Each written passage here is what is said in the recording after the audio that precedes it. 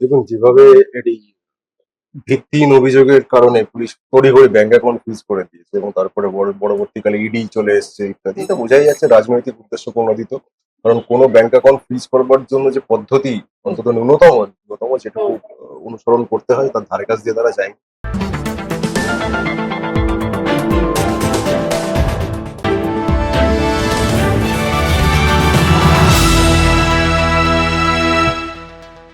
তৃণমূলের প্রত্যেক ব্যাংক অ্যাকাউন্টকে ফ্রিজ করে দিয়েছে পুলিশ, অর্থাৎ সেই ব্যাংক অ্যাকাউন্ট থেকে কোনো টাকার লেনদেন করতে পারবে না তৃণমূল কংগ্রেস। আদালত একটি সীমিত খরচের অনুমতি দেওয়ার পরেও একের পর এক ব্যাংক অ্যাকাউন্ট ফ্রিজ হচ্ছে বলেই জানা যায়। এই প্রসঙ্গে প্রশ্ন, আদালতের নির্দেশ মানা হয়েছে কিনা তাই নিয়ে। ইডির কোন অভিযোগে আরো 7টি অ্যাকাউন্ট ফ্রিজ করেছে। তদন্তে শুধু সন্দেহের ভিত্তিতে অ্যাকাউন্ট ফ্রিজ করা কতটা আইনসম্মত এবং এই পরিস্থিতিতে দল কিভাবে সাংগঠনিক কাজ ও নির্বাচন পরিচালনা করবে সেই বিষয়ে ট্রু নিউজ বাংলাকে বিস্তারিত জানালেন আইনজীবী অনির্বাণ মুখার্জি। পুলিশ টিএমসি প্রত্যেকটি ব্যাংক অ্যাকাউন্টকে ফ্রিজ করে দিয়েছে, যদিও কোর্ট বলছে টিএমসি ফ্রোজেন ব্যাংক অ্যাকাউন্টস থেকে লিমিটেড এক্সপেন্সেস করে যেতে পারে। এটা কি আইনত ঠিক? দেখুন যেভাবে এটি ভিত্তিহীন অভিযোগের কারণে পুলিশ তড়িঘড়ি ব্যাংক অ্যাকাউন্ট ফ্রিজ করে দিয়েছে এবং তারপরে পরবর্তীকালে ইডি চলে এসেছে ইত্যাদি, এটা বোঝাই যাচ্ছে রাজনৈতিক উদ্দেশ্য প্রণোদিত।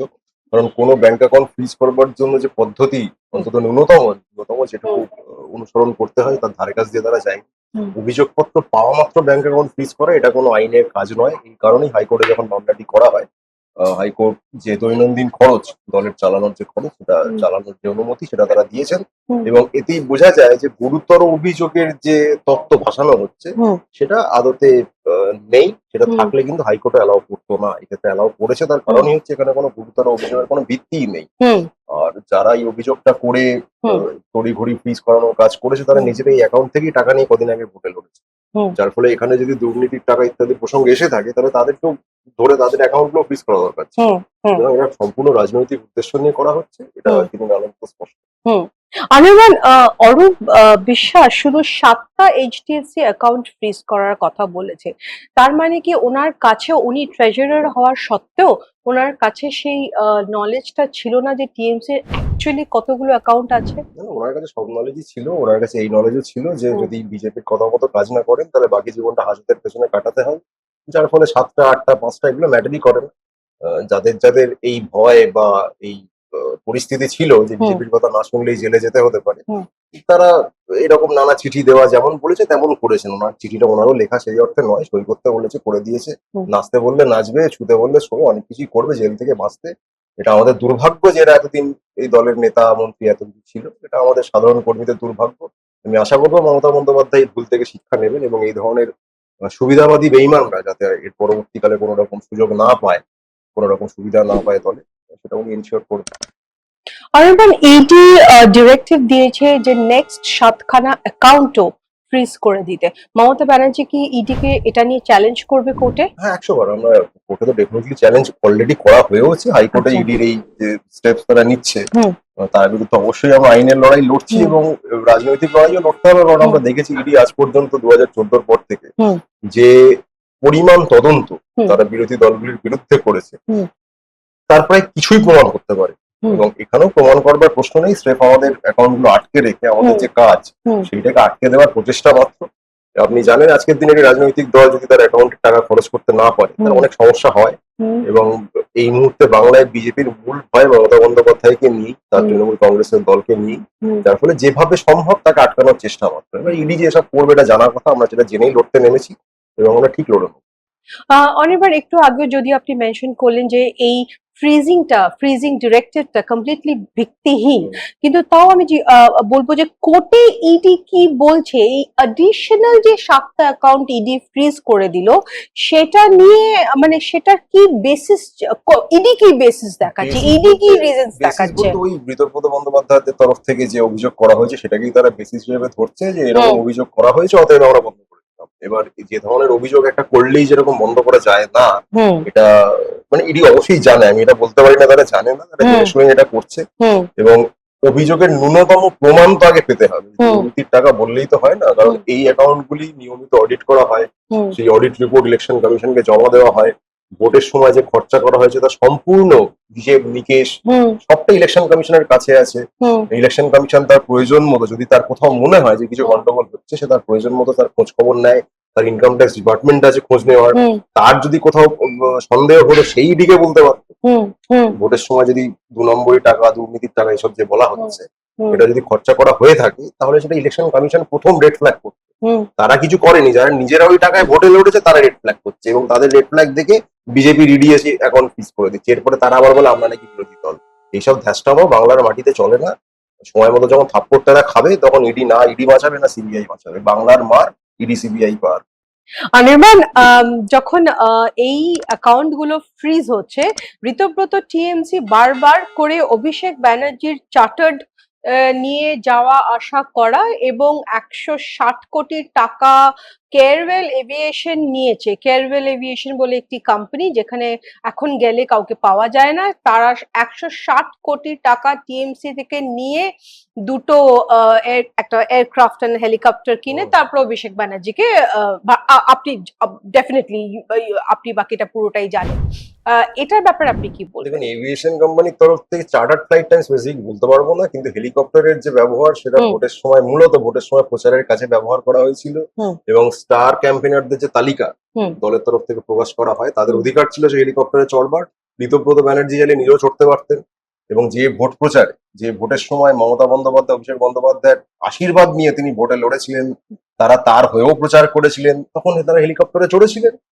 সেই ভোট প্রচারে তখন যদি তার হেলিকপ্টার নিয়ে এত আপত্তি থাকতো তখন বলতে পারতেন যে আমার প্রচারে আপনি হেলিকপ্টার চড়ে আসবেন না, আপনি গরুর গাড়ি করে আসবেন। তখন এসব বলেনি, এখন বড় বিবেক শাস্তে এসছে, ওসব আমরা বুঝি। আমাদের থেকে অনেক বেশি মানুষ আরো বেটার বোঝেন। সুতরাং এই যে মানে কি বলবো, মানে মিথ্যা একটা জিনিসের উপর গোটাটা তিনি দাঁড় করানোর চেষ্টা করছেন। তিনি হয়তো নিজের কেরিয়ার গুছিয়ে নিলেও নিতে পারেন বিজেপির দয়ায়, আমি বলতে পারবো না, কিন্তু বাকি যারা তার সঙ্গে রয়েছেন তাদের যে কি হাল হতে চলেছে কিছুদিন পর তারা বুঝতে পারবে।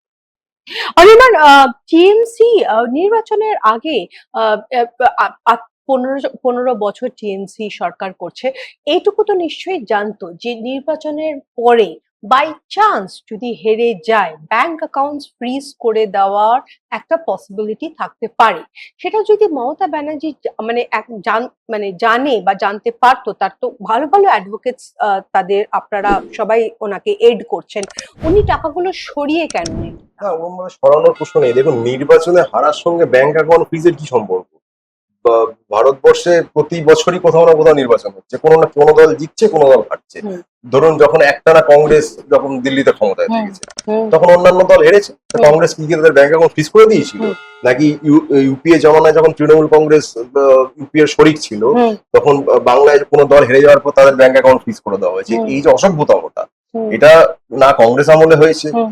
না এর আগের বিজেপি আমলে হয়েছে, হুম। না অন্যান্য দলের জোটের যখন সরকার ছিল না তারা করেছেন। হুম। এই জিনিস কেউ কোনোদিন করেনি এবং অন্যান্য দলের ক্ষেত্রেও কিন্তু এখনো পর্যন্ত আমরা হতে দেখছি না। হুম। তৃণমূলকে নিশ্চিতভাবে টার্গেট করা হচ্ছে, কারণ আমি আপনাকে আবার ক্যাটাগরিক্যালি বলছি, এই নির্বাচন বিজেপি জেতেনি। 4 মে গণনা কেন্দ্রে যা হয়েছে তার সিসিটিভি ফুটেজ যদি নির্বাচন কমিশন প্রকাশ কোনোদিন করতে বাধ্য হয়, এমনি তো করবে না, কোর্টের চাপে যদি করতে বাধ্য হয়, আপনারা দেখতে পাবেন যে অন্তত 100টি আসনে তারা পুরো গায়ের জোরে কারচুপি করে রেজাল্টটাকে উল্টে দিয়েছে গণনা কেন্দ্রের মধ্যে। সুতরাং পাবলিক ম্যান্ডেট বলতে যা বোঝায়, এটা যেহেতু বিজেপির কাছে নেই, এটা অ্যাকচুয়ালি আছে মমতা বন্দ্যোপাধ্যায়ের কাছে, অতএব যেন তেন প্রকারেণও তাকে আটকাতে হয়। তার জন্য ব্যাংক অ্যাকাউন্ট ফ্রিজ হোক, আমাদের ছাত্র যুবদের মিছিলে হামলা করা হোক, তারা সব রকম চেষ্টা করছেন, সব রকম চেষ্টা করবেন। কিন্তু তারপরে একটা কথা বলতে পারি, অন্যান্য রাজ্যের কথা বলতে পারবো না, কিন্তু বাংলার মাটিকে চেনার ক্ষমতা বিজেপির নেই। যখন আমরা পাল্টা দিতে শুরু করব গণতান্ত্রিক ভাবে, বাংলার মানুষ যখন রাজনৈতিক ভাবে পাল্টা প্রতিরোধ করবেন, এটা পালাবার পথ খুঁজে পাবেন।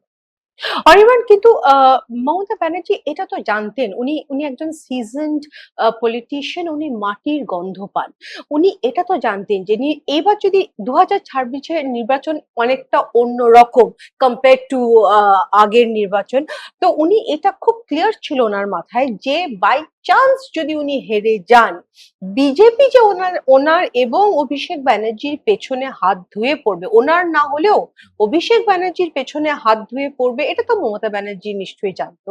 মানে সেই সেই দিক থেকে দেখতে গেলে উনি সেই স্টেপস গুলো কি আহ আহ, নিতে কোথাও চুকে গেছেন?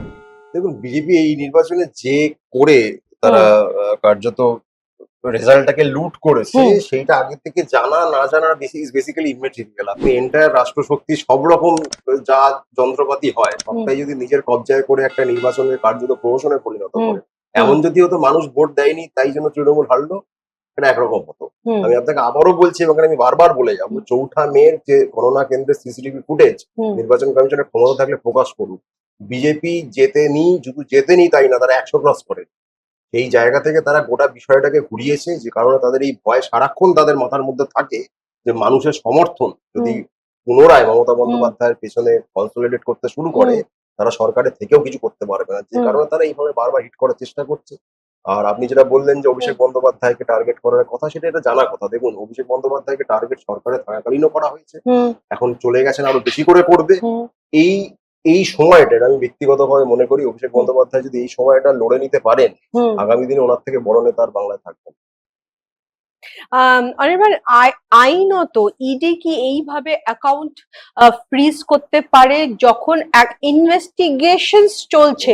ইনভেস্টিগেশন চলাকালীন শুধুই সাসপিশনের উপর না, না, বেস পারে না। করে কি আইনত ইডি কোনো এইভাবে অ্যাকাউন্ট, একটা পলিটিক্যাল পার্টির অ্যাকাউন্ট ফ্রিজ করে দিতে পারে? একদমই পারে না। দেখুন, অভিযোগ এলো আর সঙ্গে সঙ্গে ফ্রিজ করে দিলাম, হুম। এটা করা যায় না। আপনার হুম। মিনিমাম একটা হুম। প্রাইমারি ইনভেস্টিগেশনের পরে মিনিমাম আপনার কাছে কিছু তথ্য প্রমাণ থাকতে হবে। সেই তথ্য প্রমাণ কি? কোথাও কিছু নেই। হুম। যদি তথ্য প্রমাণ থাকতো তাহলে হাইকোর্টের তরফ থেকেও কিন্তু আমরা এই অর্ডার পেতাম না যে আপনি দৈনন্দিন খরচ চালাতে পারেন। হুম। একটা অ্যাকাউন্টের যদি প্রচুর ইলিগাল ট্রানজাকশনের কথা আমি ধরে নিলাম আছে, হুম। সেই চিঠি দেওয়ার দুদিনের বোধহয় কাটেনি, আমার যদি খুব ভুল না হয়, প্রায় অলমোস্ট সঙ্গে সঙ্গে তারা ফ্রিজ করার অর্ডার দিয়ে দিয়েছে ব্যাংকে। তারা জানলো কি করে? তার মানে তারা ধরেই নিচ্ছে যে চিঠি দিয়েছে যেটা, সেটা সত্যি। হুম। অর্থাৎ বিজেপির হয়ে শ্যাডো বক্সিং করা এই যে ঋতব্রত তৃণমূল, দমুশলেখা তৃণমূল, তাদের এটা তো প্রি প্ল্যান। এটা বোঝা যাচ্ছে যে তারা চিঠি দেবে, ইডি আসবে, পুলিশ আসবে, ফ্রিজ করে দেবো। তো এটা আমি আপনাকে লিখে দিতে পারি, কোনো রকম তদন্ত করে কিচ্ছু বেরোবে না, যতদিন সম্ভব হেকেল করা, হুম। যতদিন সম্ভব আটকে রাখা। কিন্তু আমরা আদালতের উপর ভরসা রাখি। হুম। আদালত নিশ্চিতভাবে এই যে এন্টায়ার যে ফ্রিজ করে রেখেছে, পার্শিয়াল যে তুলেছে সেটা নয়, পুরোটাই আমাদের আনফ্রিজ করে ইউজ করতে দেবে। আইনত আপনার কি মনে হয় কবের মধ্যে এটা আনফ্রিজ করতে পারে? সেটা দেখুন, সেটা শুনানি চলছে, এখন আদালতে হুম। চলছে। এখন আমাদের দৈনন্দিন খরচ চালাবার জন্য যে অনুমতি আদালত দিয়েছেন, আমরা আদালতকে ধন্যবাদ জানাই। এবং ইভেনচুয়ালি জাজমেন্ট যখন হবে, হুম। সেটা হতে হয়তো একটু সময় লাগতে পারে, কিন্তু ততদিন অবধি আমরা এইভাবে কাজ চালাবো। হুম। আর ইন দ্য লং রানই ধরা যাক, যদি অনেকদিন শুনানি চলে, আমি এক্সাক্ট টাইম ফ্রেম বলতে পারবো না, হুম। আমাদের পুরোপুরি ব্যবহার করার অনুমতি আদালত ঠিকই দিয়ে দেবে। অনির্বাণ, একটা বিরল ঘটনা ঘটলো। Ritabrata faction, Alipore court, which is supposed to be a lower court, একটা লোয়ার কোর্টে গিয়ে ইন্টারিম অর্ডার নিয়ে এলো যে মমতা ব্যানার্জি কোন রকম সিম্বল ইউজ করতে পারবে না, কিছু অ্যাক্টিভিটিস করতে পারবে না, ডিরেক্টিভস দিতে পারবে না, এবং কোর্ট মমতা ব্যানার্জির লয়ারের অ্যাবসেন্সে সেটা মেনে নিল। আপনার বক্তব্য? বেফালতু এটা। ঋতব্রত বন্দ্যোপাধ্যায় এমনিতে পাকা রাজনীতিবিদ বলেই আমি জানতাম, কিন্তু এরা অত্যন্ত কাঁচা খেলেছেন। সিভিল কোর্ট থেকে যে রাজনৈতিক দলের যদি ধরি সত্ত্ব, হুম। সেই সত্ত্বাধিকারী কে হবে এটা কোনো সিভিল কোর্ট ডিসাইড করতে পারে না, তার এখতিয়ারের সম্পূর্ণ বাইরে। হুম। এবং আমি আমার প্রফেশনাল ট্রেড সিক্রেট ক্যামেরার সামনে বলবো না, কিন্তু সিভিল কোর্ট থেকে এরকম ইন্টারিম এক্সপার্ট ইনজাংশন অনেক উপায় আছে বের করে নেওয়ার। সুতরাং কিন্তু এই অর্ডার তো দাঁড়াবে তো নাই, বরং যে কোর্ট এই অর্ডার দিয়েছে, হাইকোর্টে যদি এটা নিয়ে দল মুভ করে, তার সেই কোর্টের কপালেও দুঃখ আছে, কারণ এটা তার এক জুরিসডিকশনেই পড়ে না। এটা প্রথম Exactly, that was my question. জুরিসডিকশনে পড়ে না। প্রথম যে কোনো রাজনৈতিক দলের সিম্বল বলুন, নাম বলুন, ইত্যাদি ইত্যাদি, এটা নিষ্পত্তি প্রথম করবে নির্বাচন কমিশন। তারপর সেটা যদি কেউ চ্যালেঞ্জ করে, সুপ্রিম কোর্টে চলে যাবে। এখানে সিভিল কোর্টের তো এখতিয়ার দূরের কথা, তার মানে এটা মানে গ্রান্ট করবারই কথা ছিল না, পিটিশনটাকে, প্লেনটাকে গ্রান্ট করবারই কথা ছিল না, তারপরেও গ্রান্ট কোর্টের একটা অর্ডার পাস করে দিয়েছে। আমি চাইবো দলের তরফ থেকে হাইকোর্টে মুভ করে এটাকেও কোর্টের নজরে আনা উচিত, যে জাজ করেছেন তার বিরুদ্ধে ব্যবস্থা নেওয়া উচিত। না, আপনি কি মনে করছেন যে মমতা ব্যানার্জি নিশ্চয়ই এর এগেইনস্টে মুভ নেবেন, স্টেপ নেবেন? এমনি তো হাইকোর্টে তো ম্যাটার পেন্ডিং রয়েছে এটা নিয়ে। আচ্ছা, এটা নিয়ে হাইকোর্টে ম্যাটার পেন্ডিং রয়েছে। So she has moved the high court on this matter. এই মানে স্পেসিফিক আপনার অ্যাকাউন্ট ব্যবহার কে করতে পারবে সেই পারমিশন ইত্যাদি নিয়ে সেখানেই কোর্ট শুনানি করছেন, সেখানেই আমরা এটা নিয়ে জানাবো। এছাড়া ইলেকশন কমিশনে অলরেডি আমরা আমাদের ডকুমেন্ট জমা দিয়েছি আমাদের দাবির সপক্ষে। মহামৈত্র সাগরিকা ঘোষ, দুই আমাদের সাংসদ, তারা অলরেডি জমা দিয়ে রেখেছেন।